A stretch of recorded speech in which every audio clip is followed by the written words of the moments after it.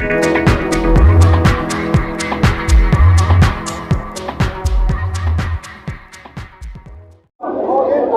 सुबह खबर आती है कि राबड़ी आवास पे सुबह 5:30 बजे सीबीआई का छापा पड़ा है और जैसे ही खबर मिली वैसे ही सारे राष्ट्रीय जनता दल के कार्यकर्ता और नेता और मंत्रीगण सभी उनके आवास में मौजूद हो गए। हालांकि अंदर किसी को जाने नहीं दिया जा रहा है, लेकिन बाहर में ही हमारे साथ ब्रिगेडियर साहब मौजूद हैं राष्ट्रीय जनता दल के जो कार्यकर्ता है। हम उनसे बात करेंगे इस छापे को लेकर कि आखिर ये छापा क्यों पड़ा है, हम तो जानने की कोशिश करेंगे। आज का जो छापा पड़ा है इसके बारे में कोई खबर नहीं थी, अचानक से छापा पड़ा है, क्या यह तो एक सोची समझी राजनीतिक चाल के अंतर्गत किया गया है, मैं यही मानता हूँ।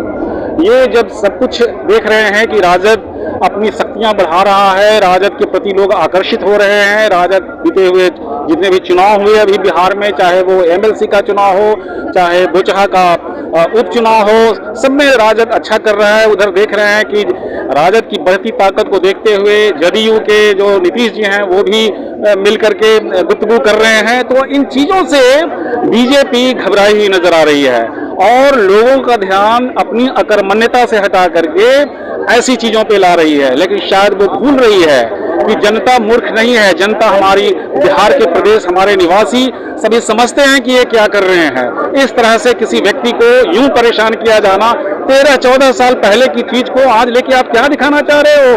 और क्यों मैं भी एक जनता ही हूं, क्या मुझे आप मूर्ख समझते हो?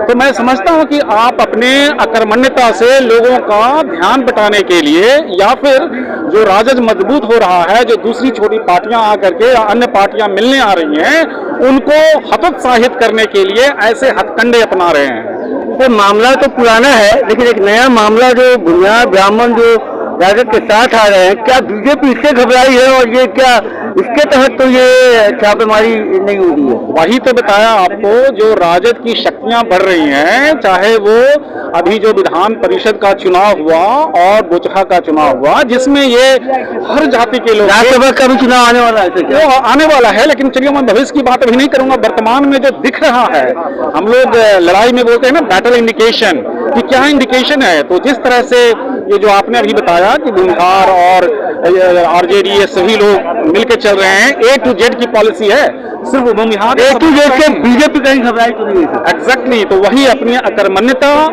बीजेपी की अकर्मण्यता और राजद की बढ़ती हुई शक्ति से डर करके घबराहट में ये सब कदम उठा रही है। ये गलत कदम है, राजनीतिक विद्वेष है, जिसको ये इस तरह से दिखाना चाह रही है कि मैं ये कर सकता हूँ। छोटी पार्टियां जो दूसरे होंगी या अन्य लोग होंगे उनको भी धमकाना चाह रही है ऐसे बोल करके कि देखो अगर तुम इनके साथ जाओगे तो हम तुम्हारे साथ सीबीआई का गलत इस्तेमाल करेंगे। तो ये मैं बिहार प्रदेश सारे निवासियों से और सारे दलों से बोलूंगा कि इस तरह की तानाशाही व्यवहार जो किया जा रहा है उसके विरुद्ध में एकजुट करके खड़े हों। मतलब के साथ ये नीतीश कुमार को धमकाने की कोशिश कर रही है। बिल्कुल, न सिर्फ नीतीश जी को बल्कि अन्य दूसरी पार्टियां भी जो आज इसके पास या तो हैं या आने के लिए सोच रही हैं, उन सभी को एक तरह से ये संदेश देने की कोशिश की जा रही है। लेकिन आप समझते हैं घबराहट में गलत कदम उठता है, यह एक गलत कदम है। राजनीतिक विद्वेष की भावना से लिया गया एक गलत संदेश देने की कोशिश की रही है और हम सभी जानते हैं, हम सभी जनता, मैं भी एक आम आदमी हूं, मैं भी समझता हूं कि ये क्या किया जा रहा है।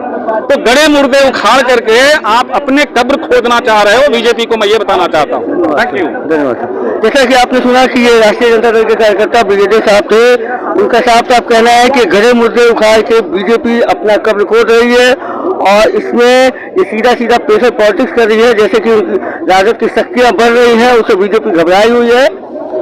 और आगे की खबरों के लिए बने रहिएगा हमारे साथ, हम आपको और भी लाइव अपडेट देते रहेंगे। धन्यवाद। ऑडियो जा रहा है।